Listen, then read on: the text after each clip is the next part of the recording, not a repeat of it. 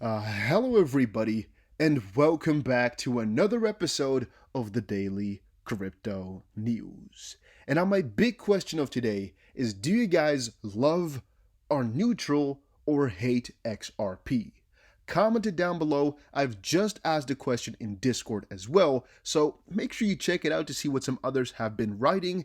And guys, I just want to say I appreciate you all a ton. All right, I just want to briefly put it out there, and I'm gonna try respond to every single comment where you guys ask a question or give me some feedback. I'm surely gonna read every single one. So go ahead, comment something. I'm gonna check it all out. So please, if you have something to say, just put it down there. I appreciate you guys a ton. All right, first thing of today, Brad Garlinghouse just went to Twitter to, first of all, retweet what Ripple said. They said, climate change is impossible to ignore. That's why we've partnered with XRPLF, which is the XRP Ledger Foundation, Energy WebX, and Rocky Mountain Inst. I don't know how you pronounce that exactly. Rocky Mountain Institute, maybe? Yeah, there we go. To make all blockchains net zero by 2030, starting with the XRP Ledger. So, in my opinion, this is a pretty big tweet and a pretty damn big subject. But first, Brad Garlinghouse said on this matter, it's clear crypto belongs in future global financial systems, but that future depends on us taking action now to ensure this tech can be used sustainably. Today, Ripple is committing to be carbon neutral by 2030 and building tools so any blockchain can use renewable energy. Yeah, guys. To this one, I would just have to state that they're on a mission which is broader than what a lot of us thought about here or have ever thought about in a crypto perspective. You know, these guys are working on something so hard, it's almost unbelievable in my opinion. So let me quickly rephrase here. Ripple is looking to make everything as ecologically friendly as possible by 2030, basically making the sustainability issue not an issue, at least in this crypto sense, or in the whole global finance sense, actually.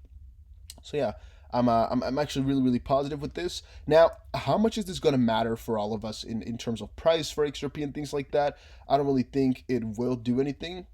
However, if you think about the longevity of any of these crypto, the ones that are working on longer term problems and not only focusing on how long their nose is, you know, on the short term, yeah, those are the ones that are ultimately going to be winning.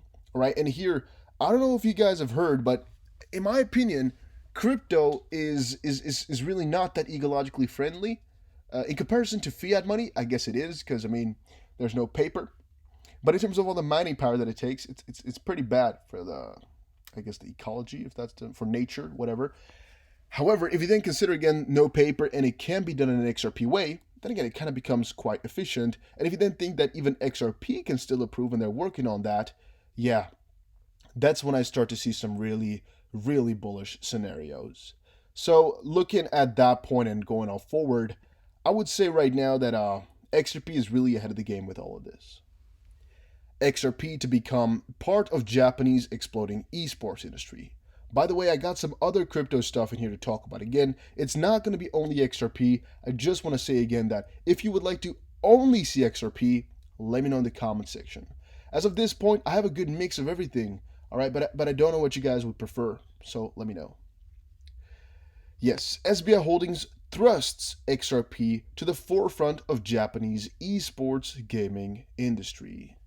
SBI Esports, a subsidiary of Japanese financial service behemoth SBI Group, has signed a sponsorship deal with the company's venture capital arm, VC Trade, according to a September 30 announcement. The sponsorship will make it possible for professional esport players to receive their annual salary in XRP, the world's fourth largest crypto by market cap. That is pretty damn interesting. Looking at it a little bit further though, SBI Holdings made a foray into Japan's burgeoning esports game scene by launching SBI Esports in July. The global audience, yada yada yada, right? The point is there's a lot of money involved in this sector, a lot of salaries, and so forward. What I have to say about this is, first of all, who's paying these salaries? Out of what XRP is this coming? We know it is a crazy emerging market, crazy growing, and thus will be worth quite a lot more within a couple of years. I mean, here it's saying that They have already passed $1 billion in annual revenue and will most likely get to 2.3 by 2022. I believe that. Right now, because of the CV, I don't know if they can really mention or manage that anymore. Because, I mean, you still need audiences for esports, right? I think a lot of them have it still. And on the contrary, there's more people sitting at home watching now, so it's 50-50. What I'm thinking about, though, is who's going to pay these salaries for XRP? And once more, how much of an effect would this have on XRP price? Well, this one actually a little bit more than the ecological one. Because if you think about it here, there's another use case added here. All right, the use case here and the probability for the future of getting XRP to be used as a normal salary for people has now gone up significantly. And I don't know if you guys have noticed or thought about it, but salaries are a pretty big part of life.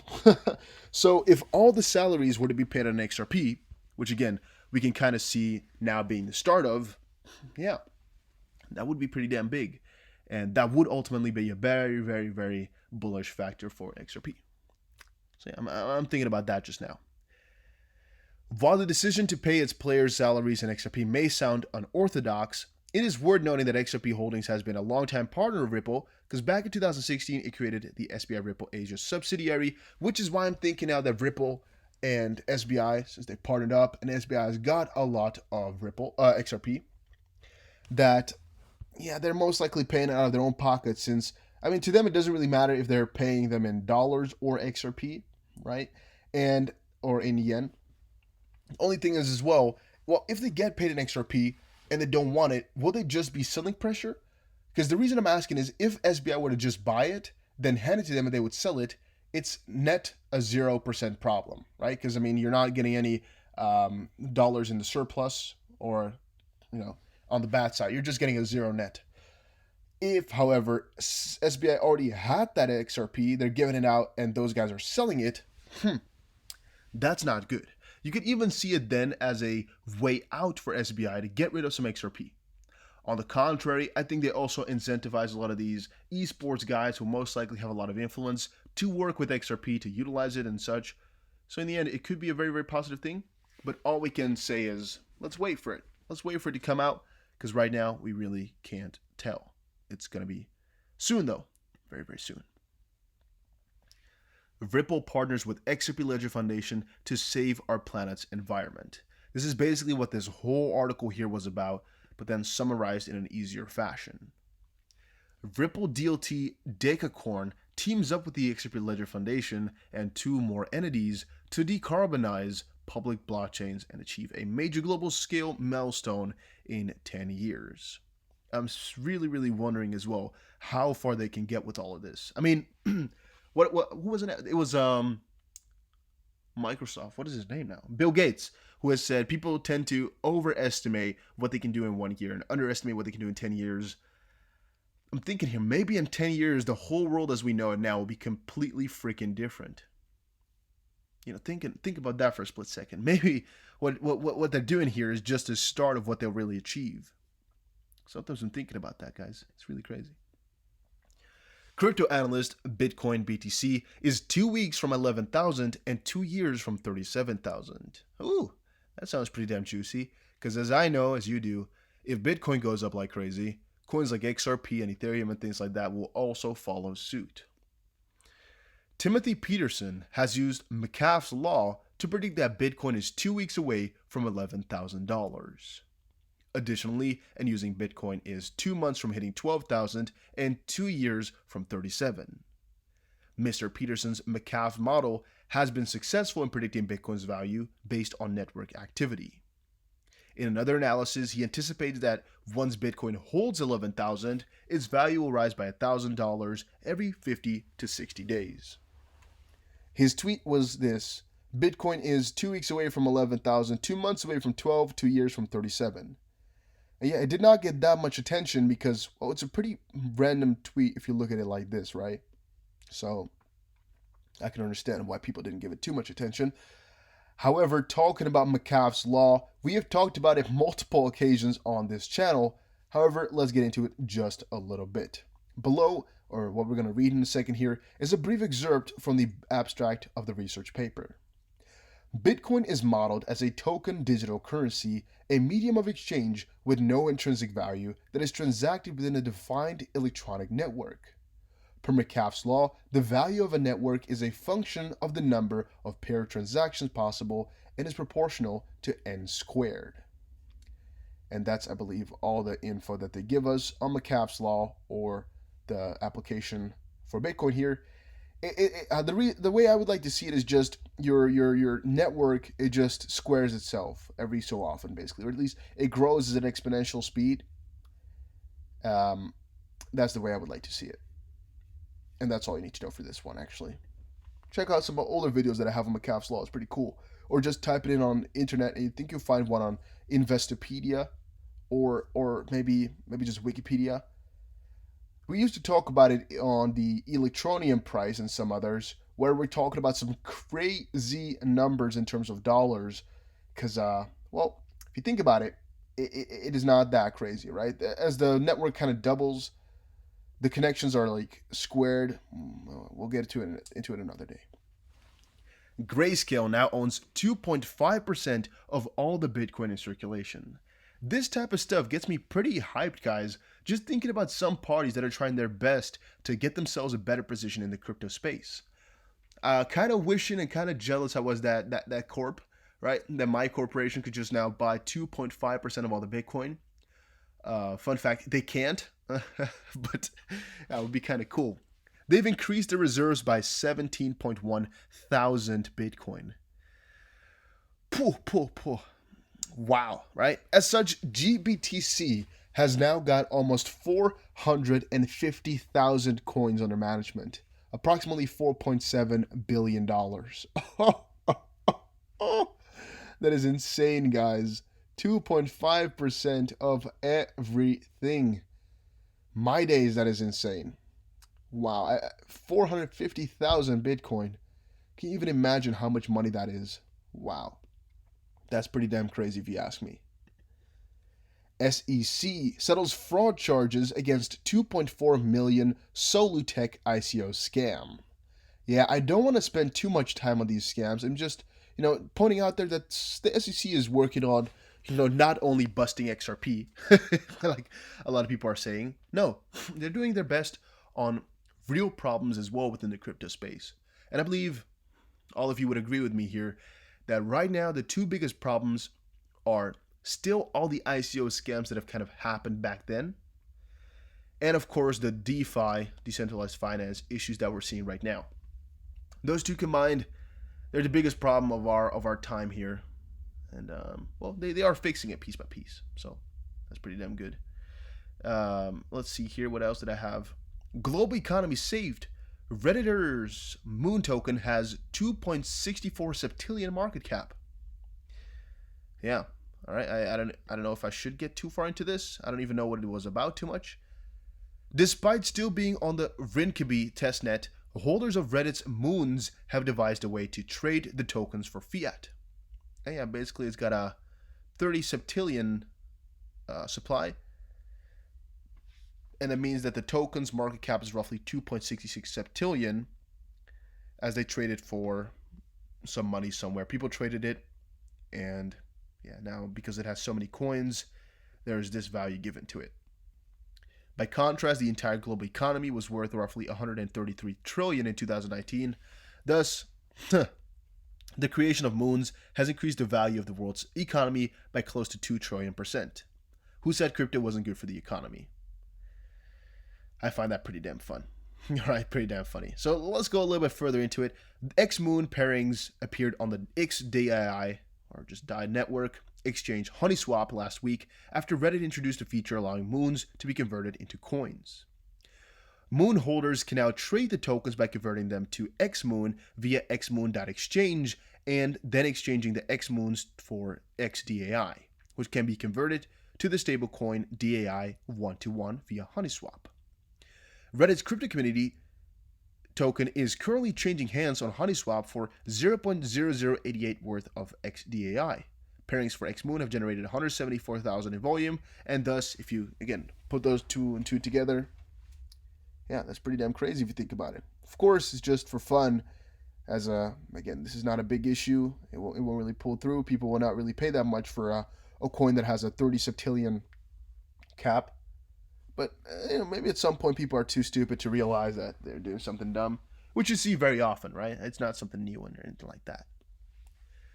Cardano's real competition is not who you'd expect, says Cardano's Foundation CEO. Okay, that sounds pretty damn cool, right?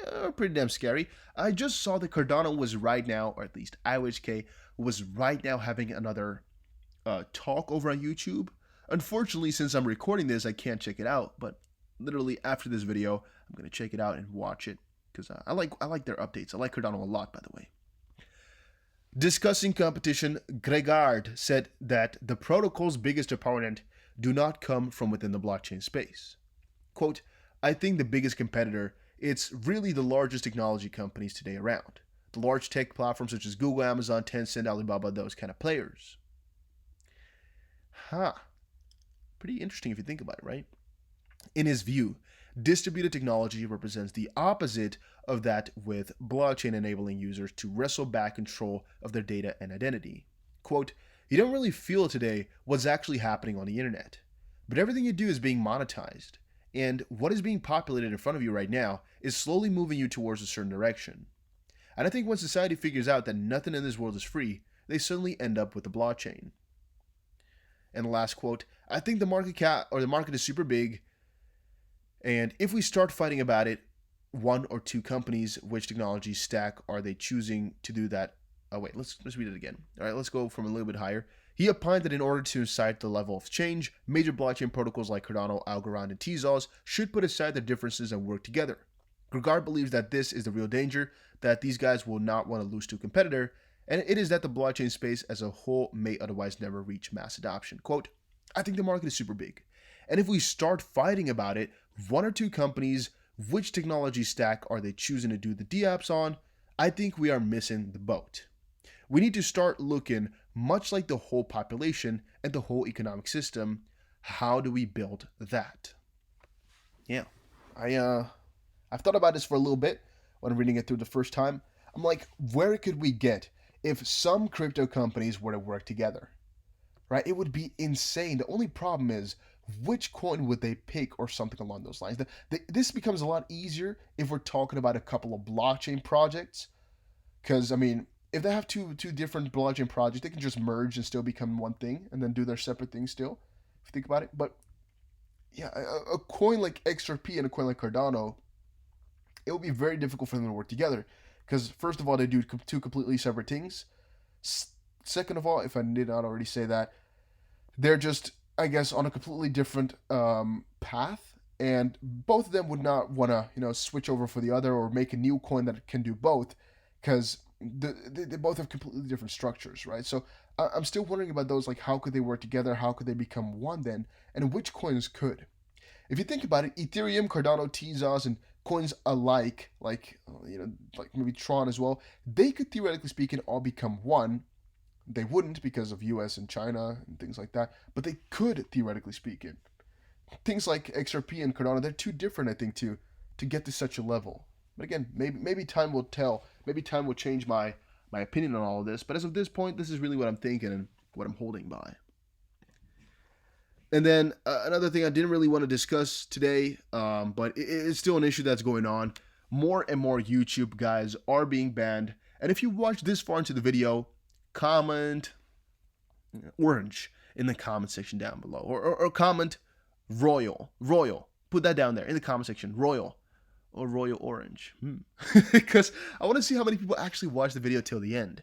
In my statistics it says it's about 30 to 50%, but I don't know if it's really true, or some people just forgetting to turn it off. Am I really that interesting to watch for 20 minutes? Really? So put it down in the comment section down below, and also make sure you follow or my Twitter or my channel that's called 5 Minute Crypto. Either will do, because, well, if you follow my Twitter, you'll see all my updates. If you follow 5 Minute Crypto, I can always continue there if something ever happens to this channel. So make sure you subscribe or follow either one. It will work fine. I'm just a little bit frightened of losing all you guys, and that's why I just quickly at the beginning said I appreciate you all a ton. All right, it's been a really fun journey always, and I just really look forward to having this little moment with y'all every day. So it would be a waste if this were to be taken away. That's why I just, want you guys to stick with me. So make sure you subscribe and make sure you follow me over Twitter and join the Discord. All right, you can also just do that. Then you're always close. So just check it out, guys. See, we can literally talk in here for hours if you guys just join and say some stuff. So check it out, and I'll see you guys again in another crypto video.